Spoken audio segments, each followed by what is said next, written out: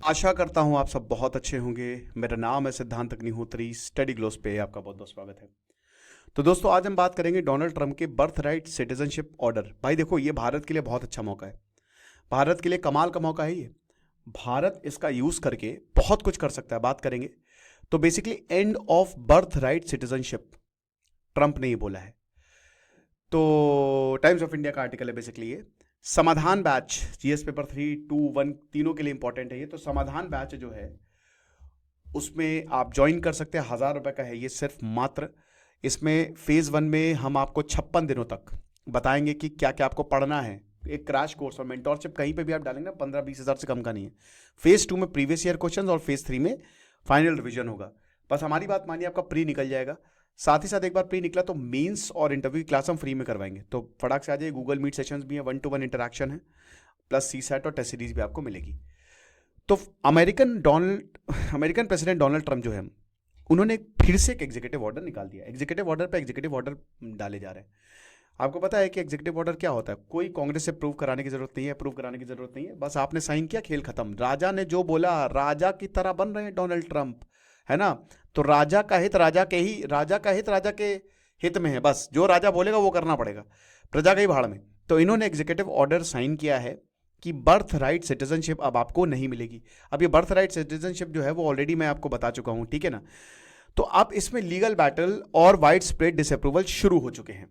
अब बहुत सारे लोग जो हैं इसको बैटल भाई लीगली, क्योंकि बहुत लोग क्या करते थे ना कि अमेरिका में अगर आपका जन्म हुआ, आप कहीं के भी हो, मान लीजिए कि मैं खाली ऐसा हुआ कि मैं बस छुट्टियां मनाने गया हूं अमेरिका में, और अगर अमेरिका में मेरी पत्नी प्रेग्नेंट है और उसको जन्म दे दिया, बेटे का जन्म हो गया, तो वो अमेरिका के सिटीजन है। ऐसा था ये जो बर्थ राइट सिटीजनशिप है, कि बस आपको अमेरिका पहुंचना है। तो ऐसे में क्या ना कि बहुत लोग ऐसा करते थे कि उनकी जो लास्ट मंथ में प्रेगनेंसी जो पीरियड होता था उसमें चले जाते थे अमेरिका, तो वहां का वो सिटीजन हो जाता था। बहुत लोग ऐसे सिटीजनशिप ले लेते। तो डोनाल्ड ट्रंप ने इसको एंड कर दिया। लेकिन अब इसमें ये इतना आसान तो है नहीं। तो इसमें काफी डिसअप्रूवल हो रहे हैं, लीगल बैटल्स लड़ी जाएंगी। क्योंकि देखिए, अमेरिका में अगर कोई भी ऑर्डर आता है, अगर आप कोई भी एग्जीक्यूटिव ऑर्डर है, कोई भी ऑर्डर डालेंगे ना, तो उसके बाद वो सारे राज्यों में भी लागू होता है। अब जो राज्य है ना, अमेरिका एक फेडरल स्ट्रक्चर है। राज्य में लागू होगा तब जब राज्य उसको अप्रूव करेंगे। सिर्फ केंद्र के अप्रूव करने से कुछ नहीं होता वहां पे। तो 18 अमेरिकन स्टेट ने फेडरल गवर्नमेंट को उनके ऊपर केस डाल दिया है कि क्यों आप ऑर्डर के इंप्लीमेंटेशन को डिले कर रहे हो। यानी कि 18 राज्य से सहमत है। 19 फरवरी को आना तो अभी तक आया नहीं है। प्यू सर्वे बताता है कि 56% जो यूएस एडल्ट है वो इस ऑर्डर को डिस्प्रूव करते हैं। यानी कि अमेरिकन एडल्ट्स, आधे अमेरिकन एडल्ट्स इसको नहीं मानते। इसमें वर्जीनिया अपील कोर्ट भी है। They have also blocked it to roll it out. ठीक है ना, बहुत लोगों ने रोल की, बहुत राज्यों ने इसको कहा कि नहीं, हम इसको नहीं आने देंगे। कौन इफेक्ट होगा भाई? जाहिर सी बात है, जो भी बच्चे 2 सिनारियों में ही पैदा होते हैं अमेरिका में, है ना, और अब इसमें सिटीजनशिप नहीं मिलने वाली। तो अगर if the mother is unlawfully present, अब मान लीजिए कि मदर सिर्फ वहां पे होनी चाहिए, लॉफुली हो अनलॉफुली हो उसका फर्क नहीं पड़ता है, और फादर जो है वो अमेरिका के सिटीजन नहीं है, ना ही परमानेंट रेसिडेंट है, तो भी उसको सिटीजनशिप मिल जाएगी। ठीक है। लेकिन अब ऐसा नहीं होगा। अब ऐसा नहीं होगा। पहले होता था, अब नहीं होगा। आप समझ रहे हो? अब आप प्रेजेंट हो ना हो, आप नहीं हो, सिर्फ आप अमेरिका में जो मदर है वो ना ही पिताजी सिटीजन अमेरिका का, ना ही उसका कोई लेना देना अमेरिका से, बस वो घुमाने लेके आया, और अगर बच्चा पैदा हो गया अमेरिका में तो वो सिटीजन नहीं होगा अमेरिका का। If the mother is on a temporary visa, अगर टेम्परेरी वीजा जैसे स्टूडेंट या वर्क वीजा पे भी है, और फादर जो है, पिता जो है, वो अमेरिका के सिटीजन नहीं है या फिर लॉफुल परमानेंट रेजिडेंट नहीं है, तो भी अब आपको सिटीजनशिप नहीं मिलेगी। तो अगर आप देखिए सारी चीजें हटा के देखो तो वैसे ये सही है यार, इसमें कुछ गड़बड़ नहीं है, गलत नहीं है ये, है ना। ये ठीक है, मतलब क्या ही दिक्कत है यार, हर किसी को अपना। लेकिन क्योंकि वो अमेरिका है इसलिए गड़बड़ है, और बहुत टाइम से ही चलता चला आ रहा था। तो अभी फॉरेन नेशनल के जो बच्चे हैं, regardless of their parent immigration status, फर्क नहीं पड़ता कि आपका पेरेंट का स्टेटस क्या है, अगर आप पैदा हो गए तो आपको अमेरिका में सिटीजनशिप मिलनी ही मिलनी है।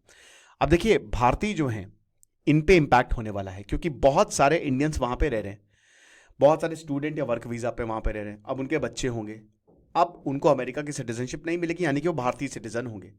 टेक इंडस्ट्री 75% H1B वीजा पे हैं। 2023 की बात करो, बहुत सारे लोग वहां पे H1B वीजा पे हैं। भाई बहुत सारे अमेरिका जाते हैं कि अच्छी एजुकेशन होगी, बेटर पे, अमेरिका ड्रीम होता है ना, कि बच्चे अच्छे से पढ़ पाएंगे वहां पे।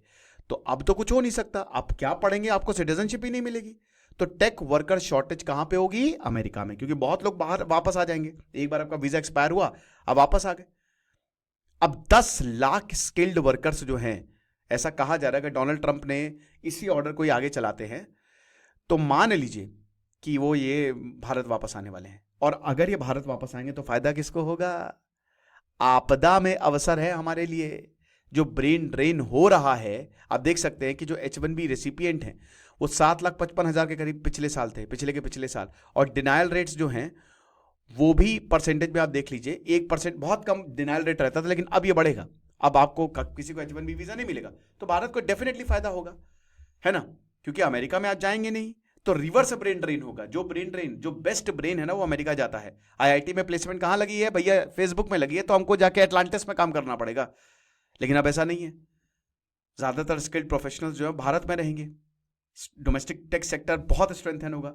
लेकिन इसमें क्या है, मुझे लगता है भारत सरकार को भी सपोर्ट करना चाहिए। बहुत अच्छी अपॉर्चुनिटी है, भारत सरकार को बहुत अच्छे ऑप्शंस देने चाहिए इंडियंस को। देखिए, कोई भी अपने देश से बाहर रहना नहीं चाहता है। अगर आप उतनी फैसिलिटी यहां पे दे दो तो कौन भारतीय जाना चाहेगा बाहर? आप बताइए।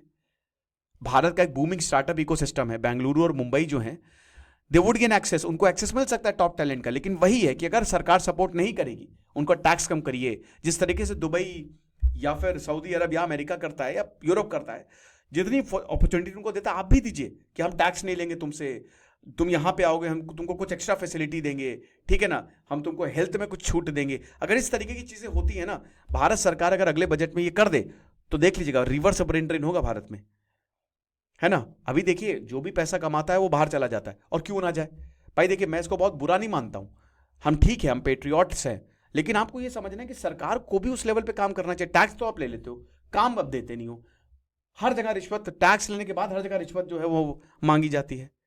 ये हिसाब किताब है। अब इंडियन फर्म्स अगर मान लीजिए कॉम्पिटेटिव सैलरीज दे दे तो वापस आ जाएंगे, कोई बाहर नहीं जाएगा। और ये मैंने लेक्चर लिया था, आपको याद होगा, ग्लोबल कैपेबिलिटी सेंटर का, GCC का, मैं डिस्क्रिप्शन बॉक्स में लिंक दे दूंगा।